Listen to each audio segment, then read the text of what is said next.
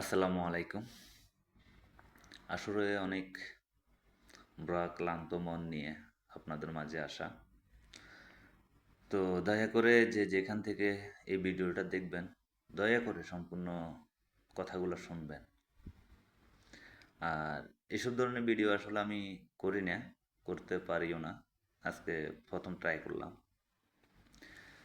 ভিডিওটা হচ্ছে আমাদের মতো যারা প্রবাসী আছেন, আমার প্রবাসী ভাইদেরকে নিয়ে।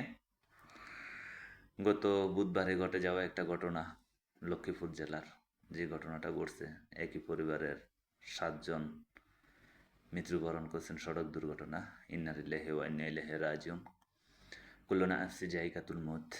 আসলে মানুষ মাত্র মরণশীল, মরতে হবে।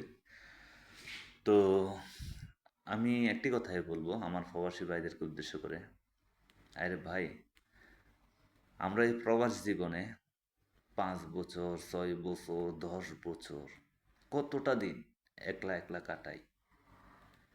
আরে ভাই, আমরা দেশে যখন যাইতেছি, ঘরেই তো যাব নাকি? ঘরের মানুষ ঘরেই তো যাব।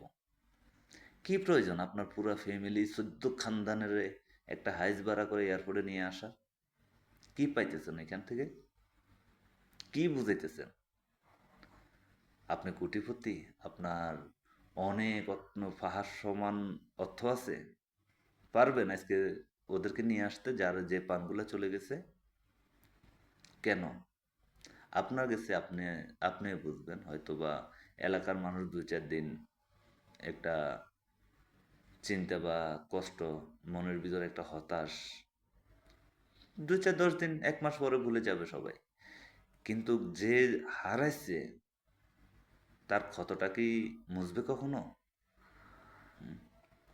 মনে করেন আমি গেলাম, আমার একটা ভাই আছে বা আমার ভাই আসলো, কোনো একটা দুর্ঘটনা, আমার ভাইকে হারালাম। তো আমার ভাইয়ের তো ফ্যামিলি আছে, তার বাচ্চা আছে।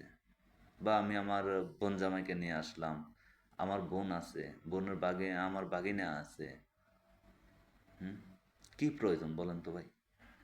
আমরা যারা প্রবাস জীবনে আছি, একা একা এতগুলা দিন পাড়ি দিতে পারি, থাকতে পারি, 12টা ঘন্টা, হয়তো বা 8 ঘন্টা, 6 ঘন্টা, এই সময়টুকু আমরা কেন এভাবে মানুষদেরকে ডেকে এনে মৃত্যুর পথে ঠেলে দিই? বলতে পারবেন? এটার কোনো আছে? ভাই, আপনি আপনি নিয়ে আসছেন 10 জন, আপনার দেখা হয়তো বা আমার ফ্যামিলিও কোনো একদিন আমাকে বলে অমুক আসার সময় সবাইকে নিছে হাইস ভাড়া করে, আপনি নেন না কেন? ভাই, আমি এ ভয়ের কারণে